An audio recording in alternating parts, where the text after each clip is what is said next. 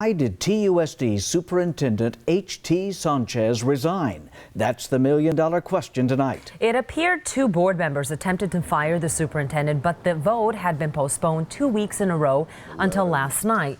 The board accepted 3-2 to accept Sanchez's resignation a day before the Auditor General report is released. 9 News Side investigative reporter Valerie Cavazos talked to two of the board members who voted yes, Michael Hicks and Rachel Sedgwick.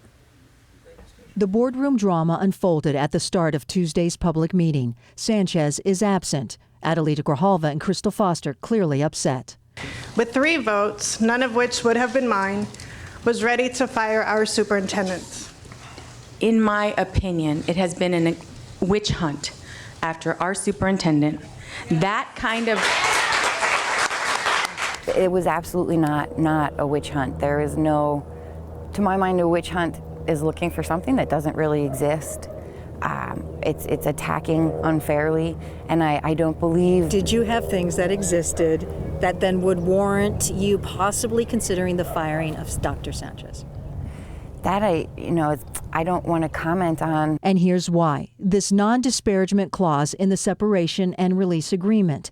It states all the board members agree to refrain from making derogatory statements about the other, meaning Sanchez. Was your decision based on what you found out in executive session? My decision was based off of what I found out in executive session and just personal communications with individuals. It states in the agreement that Sanchez's personnel file shall reflect that he voluntarily resigned from his employment. Dr. Sanchez, again, did a wonderful thing for TUSD. I think the future of TUSD is open. We have an open book now. We can go forward. Sedgwick and Hicks say they plan to build on Sanchez's successes, but want to move forward with solving some immediate concerns that KGA 9 also investigated, such as student achievement declines related to discipline issues. Released today, the Arizona Auditor General's report shows AZ merit scores fall below peer group and statewide averages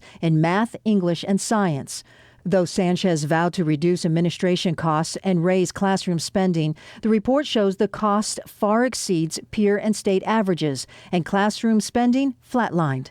KGA 9 also investigated severe discipline issues led to alleged grade changing last year by the principal at Pueblo High School, a state law violation. I have a grave issue with that, not knowing exactly what has transpired within that.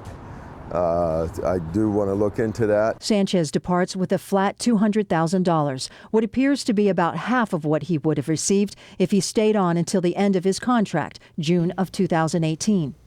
And not only was Sanchez missing in last night's board meeting, 2 board members' signature lines are left blank on the separation agreement. At the top, Crystal Foster and Adelita Grijalva. Michael Hicks, Rachel Sedgwick, and Mark Stegman all signed. Now, even though Sanchez voluntarily resigned, Foster and Grijalva did not sign. I also reached out to them, as well as Mark Stegman, for interviews or statements. Their statements are on our website, kga9.com, and we'll continue to follow all developments. Back to you. Valerie.